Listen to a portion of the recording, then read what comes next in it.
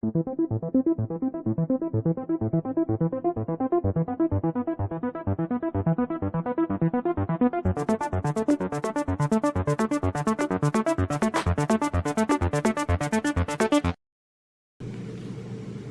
oke, selamat datang kembali di channel Alkotronic Labs. Di video kali ini saya memegang unit Poco X3 NFC ini ya, dengan kasus ini masuknya ini mentok di recovery mode ya.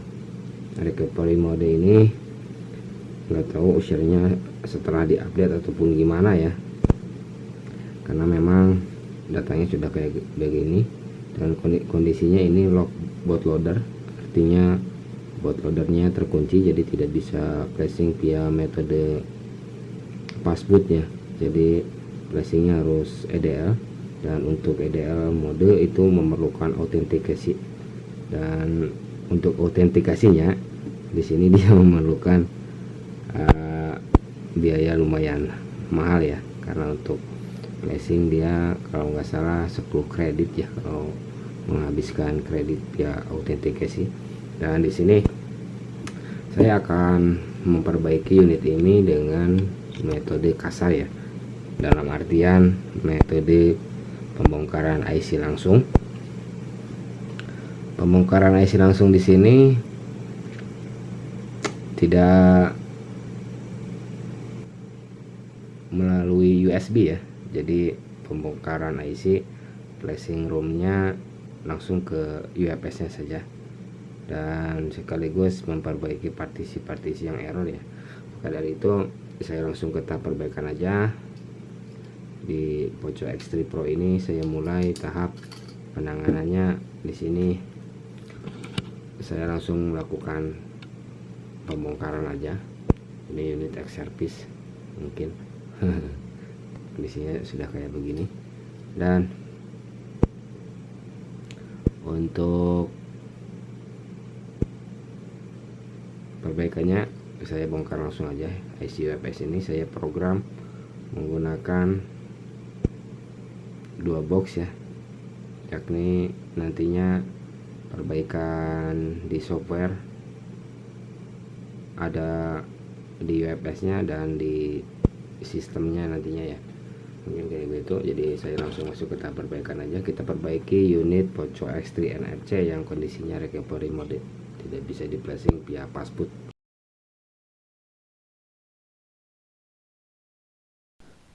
Oke, kita masuk ke tahap pembongkaran IC UFS ya. Di sini dia memang bekas dibongkar sebelumnya, jadi pembongkaran tidak terlalu sulit ya kalau bekas pembongkaran seperti ini. Lakukan dengan hati-hati saja, dikarenakan memang takutnya bisa merusak IC ataupun PCB aslinya ya kalau terlalu overheat. Di sini IC UFS sudah terangkat, tinggal kita bersihkan sisa timahnya, dikarenakan memang ini bekas dicongkel sebelumnya, jadi untuk timah ini mudah dibersihkan, tidak ada lemnya, enggak seperti yang utuh. Kalau yang utuh itu masih ada lem resin yang menempel ya. Kalau bekas dibongkar, pembongkarannya juga tidak terlalu sulit. Pembersihan selesai, kita lanjut ke pemrograman IC UFS nya. Dan di sini saya mulai program IC UFS ini menggunakan EAC JTAG IMMC File Manager versi 1.22 ya, untuk EAC JTAG File Manager ataupun EPM. Dan untuk filenya saya di sini menggunakan file factory image dengan file CSC ataupun engroom, tidak menggunakan file global, biar nanti ROM-nya langsung masuk ke CSC dan bisa write email ya, dikarenakan memang ini partisinya udah kosong, pantesan saja dia mentok di recovery mode ya. Dan proses writing masuk ke proses penulisan ini ya, lagi berjalan. Proses ini kalau di IC Cetak Plus lumayan cukup memakan waktu lama, dikarenakan kecepatannya yang sangat lambat ya kalau di IC Cetak Plus. Efektifnya sih menggunakan MIPI Box biar kecepatannya bisa diandalkan, dikarenakan MIPI Box speed untuk write ataupun reading file itu bisa cepat sekali, berbeda jauh dengan IC Cetak Plus. Kita tunggu saja sampai proses writing selesai dan kita lanjut ke tahap pemasangan aja. Ini saya percepat biar tidak memakan durasi lama ya.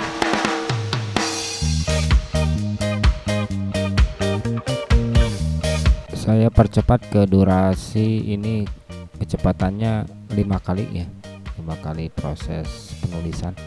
Untuk baiknya sih sebelum writing kayak gini diupayakan backup partisi LUN 5 ya. Itu kalau LUN 5 bagian partisi modem ataupun NP ya.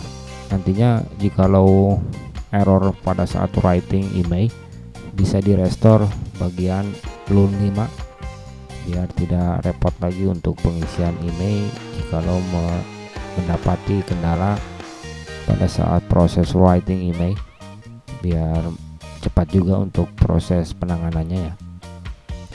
Upayakan backup full, kalau tidak full satu persatu saja. Utamakan di modem ST1, modem ST2, itu bagian security utama untuk emailnya nanti ya.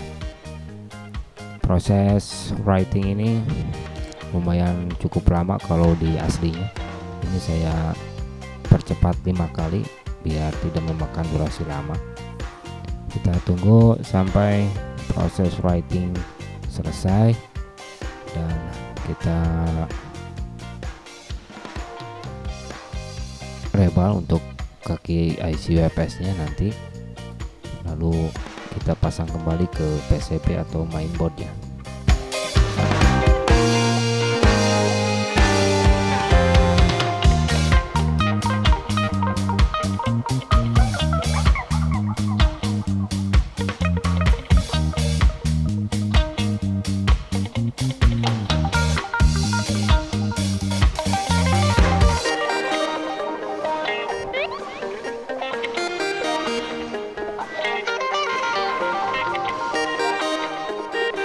Proses writing selesai, kita identify kembali apakah ROM ataupun firmware-nya sudah tertulis dengan benarkah.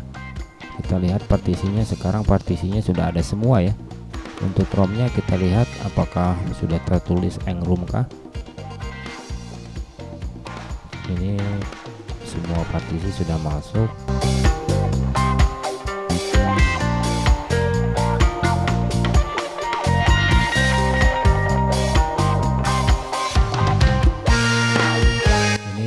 ROM-nya sudah terbaca ya, berarti penulisan sudah selesai. Lanjut kita pasang.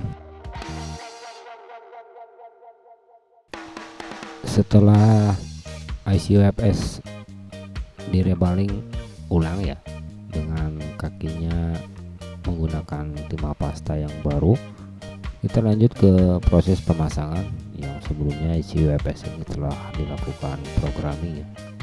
Untuk pemasangannya di sini saya gunakan plug secukupnya, jangan terlalu banyak biar IC tidak bergeser dikarenakan uap dari dalam yang terlalu banyak yang ditimbulkan oleh plugsnya nantinya. Untuk pemasangan usahakan jangan terlalu banyak gerakan biar IC tetap pada posisinya ya, tidak bergeser dan tidak tinggi sebelah ataupun tidak tinggi sebagian. Poinnya pemasangan IC ini harus benar-benar presisi, jangan ada sedikit pun kesalahan ya dalam pemasangannya. Gunakan panas standar aja, di sini saya gunakan temperatur di 300 proses pemasangan selesai. Kita lanjut ke step berikutnya.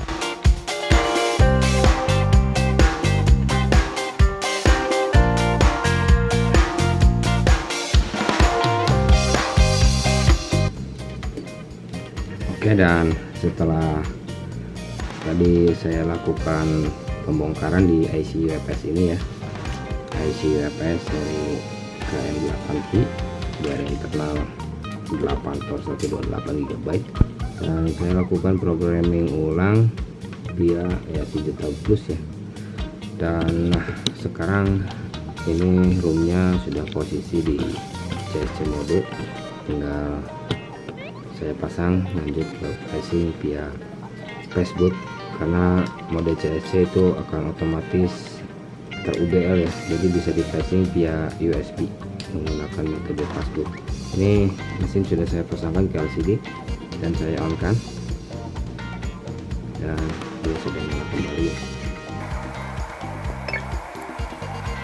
Dan ini sudah di posisi CSC mode dengan internalnya. Saya lihat dulu untuk spesifikasinya ya. Ini email masih kosong, tidak saya restore. Itu ada bagian untuk file emailnya. Untuk storage-nya di sini menggunakan 128 GB ya. Dan lanjut ke perbaikan berikutnya, yaitu memperbaiki email yang ini masih kosong. Saya tulis emailnya dahulu sesuai dengan dus yang disertakan ya.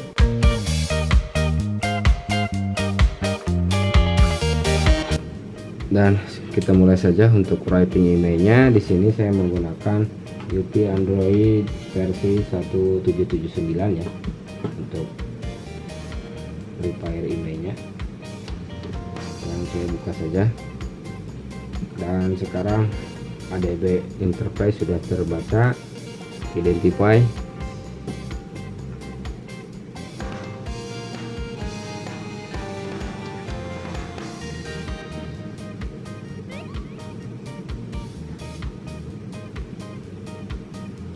dan di sini RAM-nya sudah terbaca ya. Masuk ke tab service, dan klik platform, masukkan Qualcomm. Dan untuk emailnya sesuaikan email dengan yang ada di busnya ya, dengan nasal.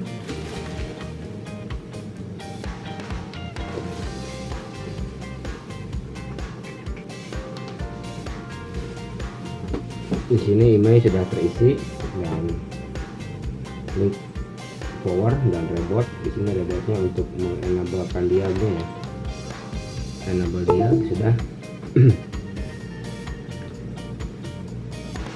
Enable dialog sudah aktif ya dialognya, dia kita klik right saja dan tunggu sampai unitnya restart, artinya selesai merepair email.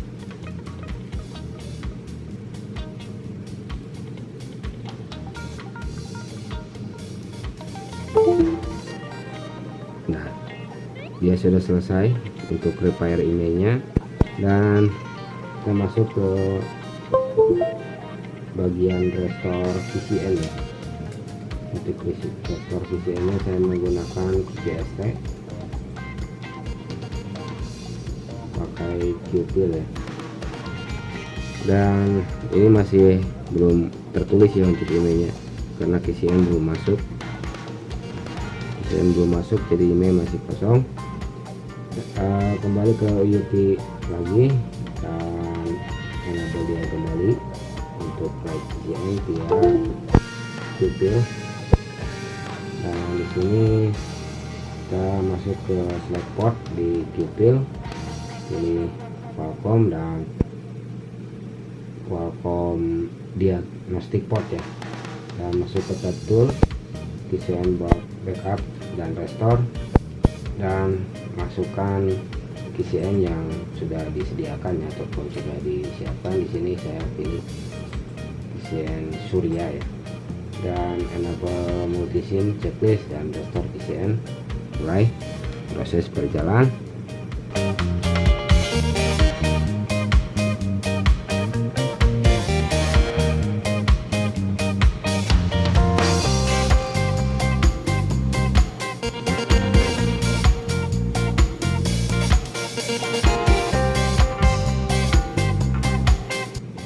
Restore KCN selesai, dan saya paksa restart ya.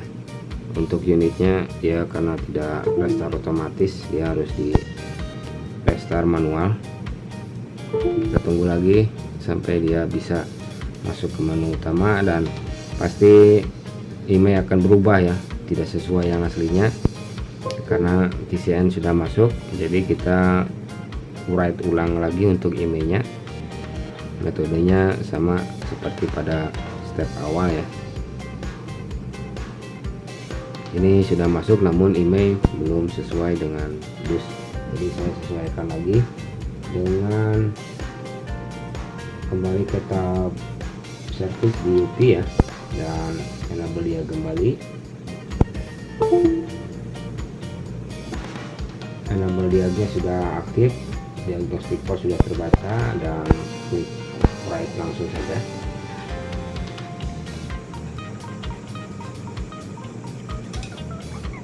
Dan email pun sudah selesai ditulis ya. Kita tunggu sampai dia masuk ke menu utama lagi setelah restart.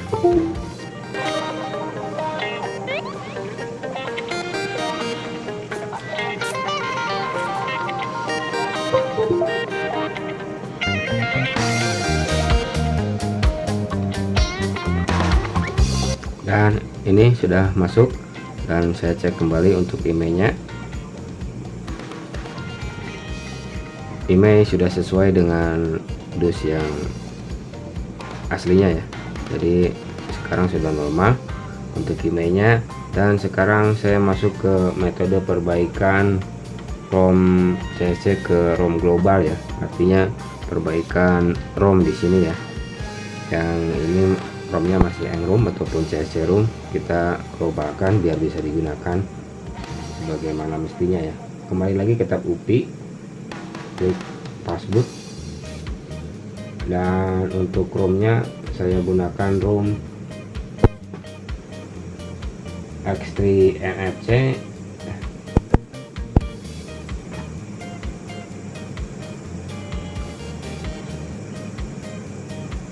Poco X3 NFC, jangan salah.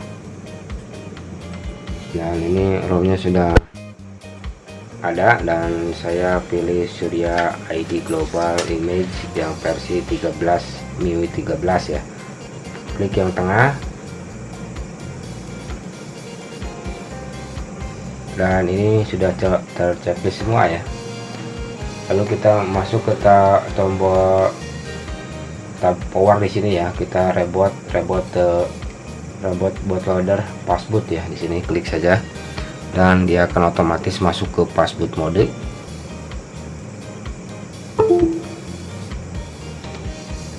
Nah, dia sudah masuk ke tab passboot mode.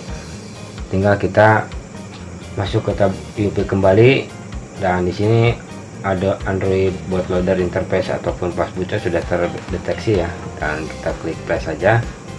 Kita klik flash, dan di bawahnya ini jangan ada yang di checklist biar tidak error ya. Klik flash dan tunggu proses flashingnya sampai dengan selesai ya. Proses ini lumayan cukup memakan waktu lama, jadi ditunggu saja.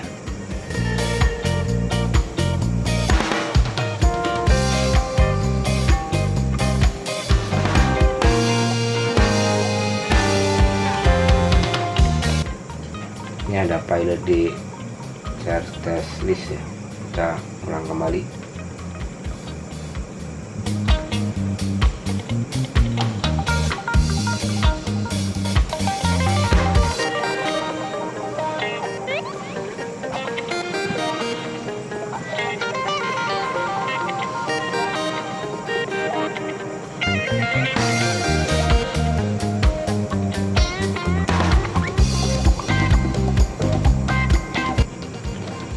Share list sama specs list ya, yang pilot di flash itu di unchecklist dua partisi yang tidak ada di ROM CSC nya ya.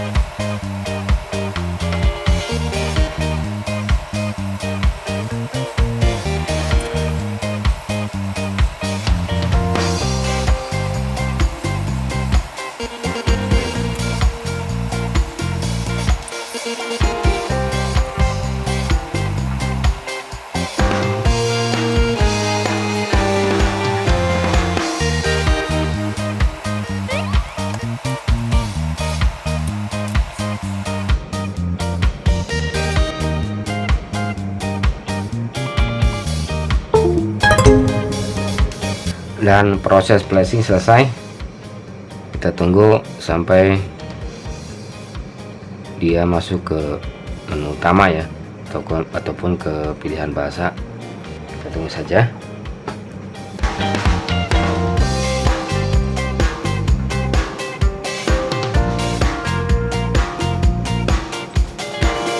Dia akan otomatis masuk ke recovery, tapi tidak ada input pilot ya, karena memang ini R nya sudah saya ganti dengan R nilai 10K untuk board ID nya ya. Kita klik wipe data saja, klik file data, confirm, dan balik lagi ke sistem dan reboot. Kita tunggu lagi sampai dia masuk ke menu utama.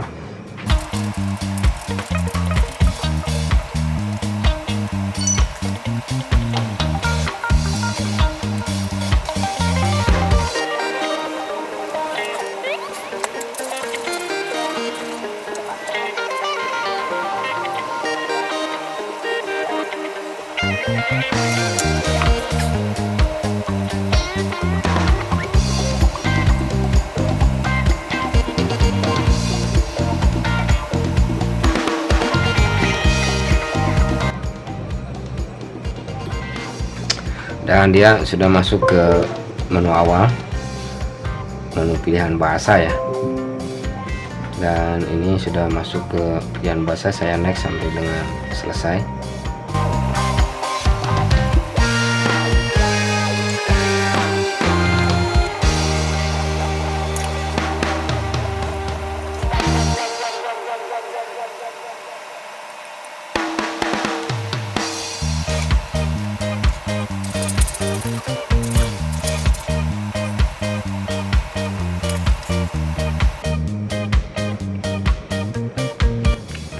Dan selesailah sudah, ini sudah bisa masuk ke menu utama ya, dengan spesifikasi ini di versi MIUI 13.4 dengan spesifikasi yang sesuai dengan aslinya, ini 8/128 GB ya.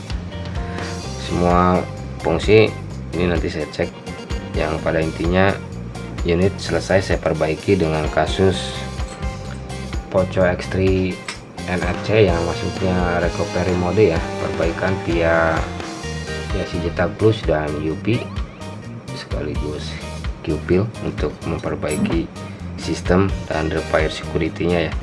Dan mungkin video ini saya tutup, perbaikan ini sudah saya anggap selesai, ini sudah normal dan siap untuk digunakan kembali. Dan bila ada salah pengerjaan maupun salah kata di video ini, silakan koreksi di kolom komentar. Sekian dan terima kasih.